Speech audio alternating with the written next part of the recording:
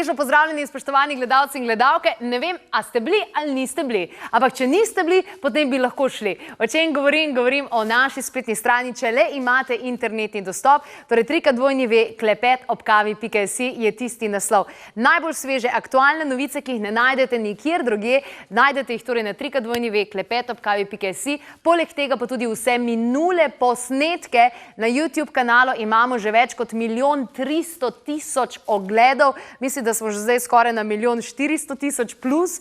Tako da moram reči, da so zelo, zelo gledani posnetki in tam lahko najdete vse, kar se je dogajalo v naši oddaji in ste morda zamudili. Upam pa, da niste zamudili tudi novice, kar se tiče sporočila iz druge galaksije.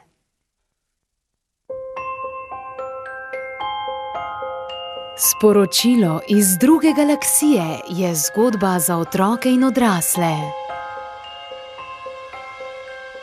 Predvsem pa je namenjena tvoji duši. Duša ne pozna let, se pa spomni. In temu je namenjeno sporočilo iz druge galaksije. Zgodba, ki se začne odvijati na planetu v ozvezdju Plejad, ni zgolj plod domišljije. Je budnica človeštvo z vzvodi, ki nas ponovno spomnijo na našo pravo naravo. Naravo, ko je po zemlji še hodil človek z vsemi 12 in več spiralami DNK-ja. Zgodba zaobjema znanje, modrosti in druge vsebine, ki odpirajo naš srčni center, prebudijo zaspano zavest. Otroke in odrasle pa spodbudijo k temu, da sledijo svojemu življenjskemu poslanstvu ter raziskujejo in uporabljajo svoje talente in darove. Sporočilo iz druge galaksije. Kmalu. Sporočilo iz druge galaksije torej govori o tem, kako je čas, da znova uporabljamo svoje naravne talente in darove.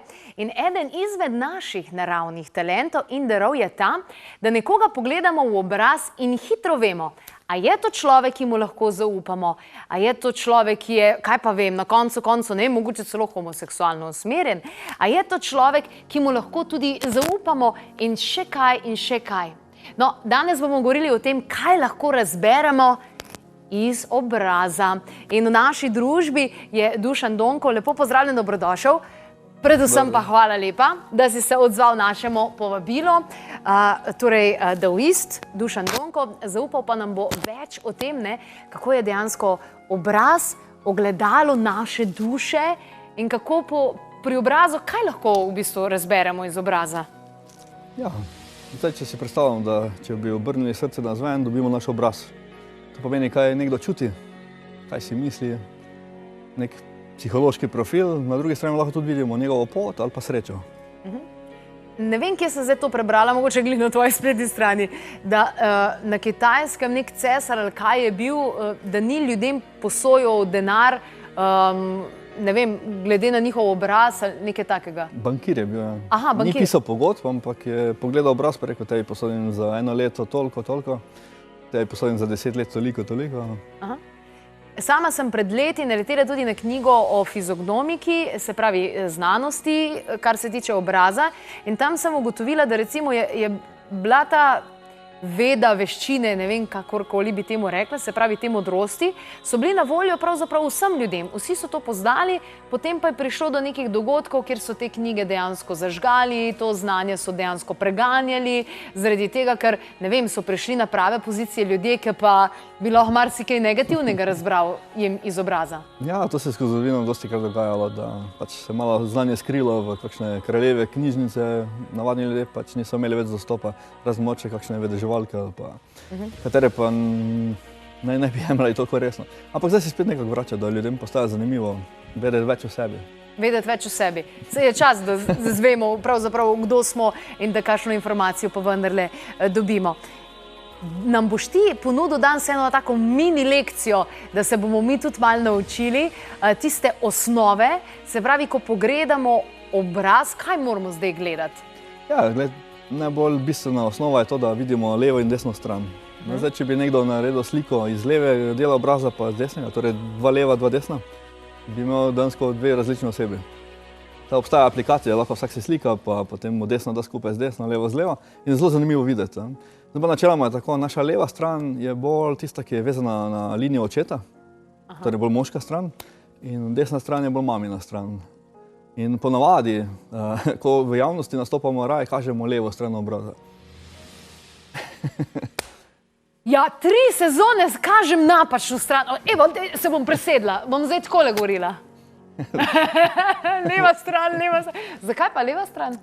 Načeloma pač leva je bolj tista, ki je yang Ja. in lažje jo pokazati. Ali pa bi rekel, saj ni nujno, da bo nekdo zdaj samo levo kazal, ampak raje pokažemo tisto stran, s katero smo bolj samozavestni. Aha. Recimo, če bi nekdo zdaj gledal si obraz, moče vidi neko piko na eni strani, na drugi je ni, potem pač lažje vidi tam nekaj moče manjše. Ponavadi raje izpostavimo tisto, kar nam je ljubše, da bi drugi nas videli v lepši luči. Se pravi, jaz sem veliko bolj odločna, kot si vi mislite. Ne veste tega, zato ker gledate skozi tole stran obraza, v bistvu je ta ful boljša. Ok, se pravi, damo obraz na 2 polovici. Ja, recimo, to, kar so imenovali v starodavnosti yang, danes moče imenujemo razumna stran, analitična stran, dnevna stran. In tista desna stran ostane moče bolj intuiciji ali pa bolj umetniškemu delu nas. In pač ideja je ta, da pač neravnovesje med eno in drugo moče kaže, da eni dajemo prednost. Torej, nekdo pač verjame, kaj prime, nekdo pa je bolj prefinjen, pa govori moče o nekih bolj subtilnih zadevah, mu je pač to nekako položeno in pač obraz to odseva. In pravijo, da je lepota povezana z tem, tudi, da imamo levo pa desno stran, da ste si čim bolj podobni, da ste čim bolj usklajeni. In to pomeni, da tudi usklajeno potem delujemo v življenju. Ja, lažje, moče čisto na izi. En del možganov, ki se veže na sončno svetlobo, se vedno aktivira, ko se mi zbudimo. Če je tema, on potem težko dela, to je dejansko ta leva stran spet. Drugi je pa vezan na luno, torej ta intuitivni, pač bolj dela takrat, ko spimo. In valjda, bolj mi to uskladimo, tudi na obrazu se potem kaže neka simetrija. Pomeni, da ni toliko sporov znotraj nas, ali pa ni toliko nesoglasij. To je pa fajn, da ni nesoglasij. Katere so še druge stvari? Recimo, ne vem, kaj pomeni, če so ustnice bolj polne ali pa če so bolj tanke? Ja, recimo ustnice so uradnik za komunikacijo. In recimo, če so ustnice dovolj polne, dejansko tudi pomeni, recimo, da se nekdo lepše pa lažje izraža. Oziroma bolj bogato govori. Ja, tudi to ustnice poudarja. Dejansko ustnice govorijo tudi, koliko je krvi v prebavni votlini, v rodilih. In od nekdaj ženske hočejo pokazati, da so ustnice polne, pomeni, da je plodna, da je dejansko... In to moške privlači. In to moške tudi lahko privlačijo. S tem pa, da tudi koliko nekdo odpre usta, kaže, koliko lahko nekaj izrazi. Danes je to zelo dobra lastnost, ker dosti ljudi živi od tega, da govori. Ja. In recimo tudi, sicer ne vse posod, ampak v večini delov sveta ženska, ki ima dovolj velika usta, bo sama za sebe poskrbela. Recimo v starodavnosti je veljalo, da moški nima ženske, ki ima zelo velika usta, ker ga bo pojedla. Pomenilo, da več pove, ko on zasluži. Zato na vzhodu so ženske si ponovadi delale zelo male usta. Da ne bi bile grožnja. Da se lahko poročijo. Ampak danes ni več to problem, teda je to dobra lastnost. Je to dobra lastnost. Zdaj, kako vemo, da so usta res velika, dejansko pomeni, če gremo iz centra zenic, naredimo 2 črti in če se ne smehljamo, pa zadanemo kotičke, dejansko pomeni, da imamo normalno velika usta. Če pa gre usta čez te 2 črti, pomeni, da imamo velika usta, če pa malo manjše, pač manjša usta.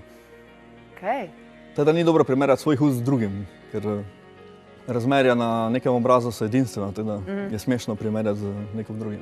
Ena izmed najbolj pogostih plastičnih lepotnih operacij je operacija nosa. Ampak nos ima verjetno tudi svojo zgodbo, ki jo pravi. Nos pomeni našo samozavest. In ko nas nekaj moti, oziroma se ne znamo, nočemo, ne vemo, ponavadi probamo to spremeniti in preoblikovanje nosu je ena pač od možnosti, sicer ponavadi ne prinese pravega efekta, razen za nekaj časa. Ampak nos tudi recimo lahko kaže, prej bilo imenovano, kdo je zaupanja vreden. Če je nos raven, potem dejansko nekdo ima, bi rekli, ravno osebnost. Aha. Če pa je nos malo ukrivljen, potem pomeni, pač, da išče tudi malo slaloma. Išče malo krivine. Tako da, Ok, v redu. Aha. Enkrat sem se v ena vrata zabila, pa se mi je nos malo skrival. To pa tudi vpliva. serija obstaja rešitev, če še obstaja ta vrata po drugi strani. Pa gre, ne? To se zravnava. Ja, po mojem malo pozno že. Dejansko poškodbe tudi vplivajo. Vplivajo poškodbe? Zato so se zgodile, da malo naredijo skretnico. Kaj pa recimo oči? Oči pa res pravijo, da so ogledalo duše, ne? In po očeh, recimo zdaj, če gledava obrvi, ne? Zdaj, moda se spreminja, ne? Kar se obrvi tiče, ne? Ja. Enkrat so bolj široke moderne, enkrat so bolj tanke moderne, ampak sicer kaj prikazujejo obrvi? Ja, zdaj načeloma obrvi kažejo našo povezanost z drugimi. Torej ljudje, recimo, ki so popularni, ali pa ljudje, ki vodijo druge, ali pa imajo dosti fanov, oni imajo zelo konkretne obrvi, pa dolge. Recimo tudi ljudje, ki so odločeni v življenju, ali pa imajo neko motivacijo, ali pa znotraj sebe najdejo motivacijo, da se premaknejo, pa imajo športniki, recimo, spet se lahko vidimo močne obrvi. Tudi kakšni generali, pa kaj, pa lahko vidimo zelo takšni. Veš, kaj to pomeni? Taki ljudje fejs delajo in fejs švicajo in obrvi so itak zaradi švica, ne, da zadržuje, da ne pride v oči. Tako da itak, da so potem popularni, pa da imajo veliko denarja, pa da so uspešni, ne? No, to jim pomaga. Drugače pa kaže stanje jeter pa žolčnika. Pomeni, če so recimo obrvi goste, pomeni močna jetrna energija. In to spet pomeni nekdo, ki bo akcijsko usmerjen. Dejansko, če so pa obrvi dolge, torej daljše od oči, pa pomeni, da je žolčnik močan. Pomeni, da bo nekdo od začetka do konca, torej nek projekt začne, ga tudi spelje. Oziroma mu je lažje to narediti. Zdaj pa, če so ponovadi premočne pa predolge, pomeni lahko tudi takšne stvari, da nekdo da več na prijatelje, recimo kot na svojo družino. Da dobi plačo, mu je zlahka dati za rundo, problem pa dejansko doma dati, recimo. Doma pa da bo za fasnko.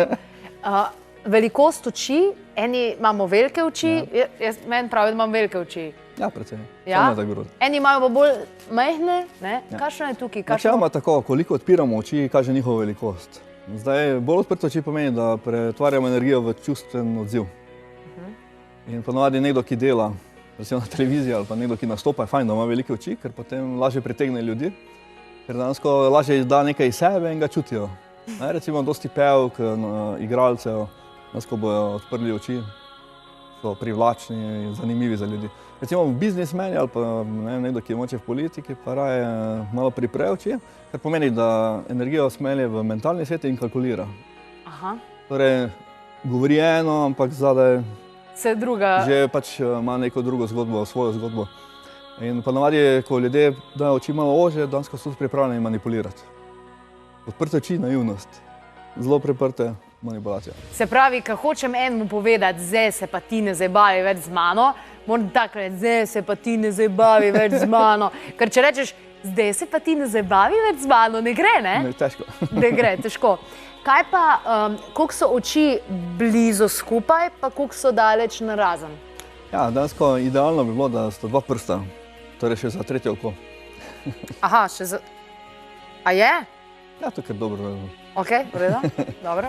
Načeloma to pomeni odprtost uma ali zaprtost uma, ozkoglednost. Med očmi je palača življenja ali povsode, najbolj važna palača, in če tu stiskamo, načeloma pomeni, da podzavest nam pošilja sporočilo, da nekaj nas bo omejevalo, nekaj je problem, nekaj ovira. Aha, to, ko so eni, ne? Ko so... Ko skrb tišijo. Zato v vseh tradicijah želijo, da je to odprto, pomeni, da nekdo vidi življenje. Aha, s tretjim očesom. Ja, in potem nima teh problemov, ne rabi biti v stresu, ne rabi biti v nekem čudnem stanju. Jaz nekaj ugotovila. Ko grem spat, imam občutek, da sem čist na relax, da sem sproščena. In potem ugotovim, da napenjam obraz. Šele potem ugotovim in pol ga sprostim, in je čist drugače. Se mi zdi, da smo kar v enem takem krču ves čas, ko skozi skupaj razmišljamo. V bistvu tako, vsak organ podpira določen del obraza in mora pošiljati energijo, kri, da to vzdržujemo. In seveda zdaj, če nek stres, dosti dela, pomeni, da usmerjamo dosti energije. In ko prijemo domov, pa ne nehamo. Še kar razmišljamo naprej, iščemo rešitve, plane. In potem lahko se tudi dogaja, da moramo malo stisniti zavestno, da malo spustimo nazaj dol energijo, da se lahko spet telo obnovi. Ne. Kaj pa ušesa? Eni imajo zelo velika ušesa, eni imajo bolj mehna, pa eni imajo štrleča, pa eni imajo... Ja, tudi ušesa imajo različne pomene, ampak ta glavni je, dejansko kaže naše starše oziroma prednike in prvih 14 let življenja. Teda naše otroštvo je vezano na to, kako so naši uhlji dobro postavljeni in tudi kaže načeloma sposobnost učenja. Torej, če dobro poslušamo, pa znamo poslušati, se tudi lažje učimo.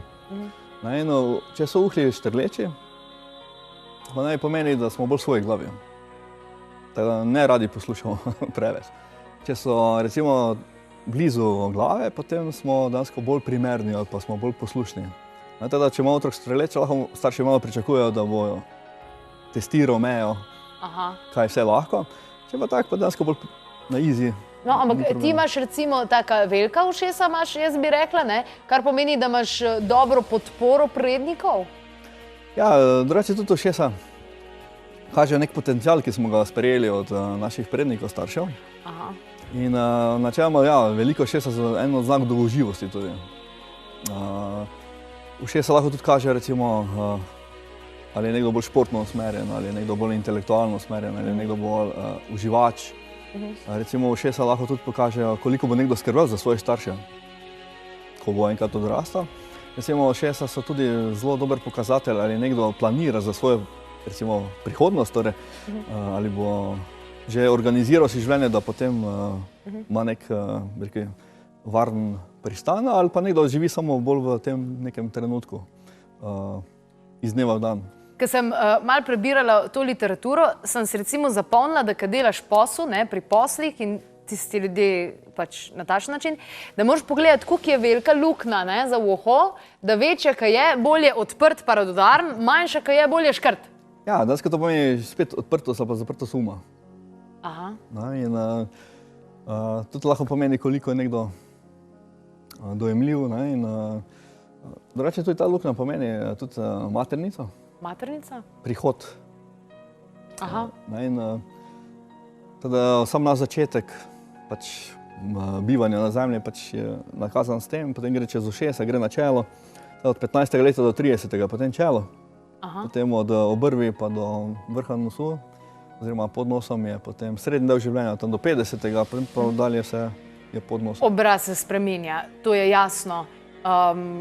Se potem takem spremenimo tudi mi, karakterno, se pravi, če delamo na sebi, se samo izobražujemo, ali imamo kakšno izkušnjo, ali dejansko, ne vem, začnemo, ne vem, spremenimo hrano, tretje in vse te zadeve, se obraz spremeni v skladu s tem. Ja. Mislim tako, moče, če to ni slabo, da razumemo. Na obrazu naša notranjost ali pa naš duh pokaže, kaj se bo dogajalo. Teda dobimo predfilm. Teda lahko že par let naprej nakaže... Trailer. Ja, trailer, ja. Kaj se bo dogajalo in seveda, če to mi opazimo, potem recimo z primernim načinom življenja in ostalimi ukrepi, potem dejansko lahko to zbrišemo ali pa spremenimo. Torej, naredimo iz tega trailera malo boljši film. Je pa res, da če malo smo nepozorni ali pa gledamo samo ven, pozabimo videti naš obraz, potem pa pač doživimo nekaj in potem nam ni jasno, kako je to prišlo, ampak na srečo je že naprej nakazano. Wow, zanimivo. Hvala lepa, Dušan, da smo se tole pogovorili. En kup stvari si mi povedal, ki jih še nisem spoznala. Hkrati si me pa tudi zrajco s tem znanjem, da vidim, da je še kup stvari, ki bi jih rada usvojila. Tako da res, hvala lepa. Evo, spoštovani gledalci in gledalke, dejte torej opazovati, kakšen je vaš obraz, kakšen je obraz vašega partnerja. Mogoče vzamete ogledalo in se gledate in malo razmišljate, dajte se gledati, dajte spoznavati sebe, kajti ko boste spoznali sebe, ja, potem se marsikaj ostalega tudi odpre. Vse minule posnetke lahko torej pogledate na YouTube kanalu, sicer pa tipkamo se na klepetobkavi.si, pa seveda tudi na naši Facebook strani, ne samo Klepet ob kavi in namigi za srečo in zdravje, ampak tudi na skupini Dobra odločitev. Naj vam bo svet lep.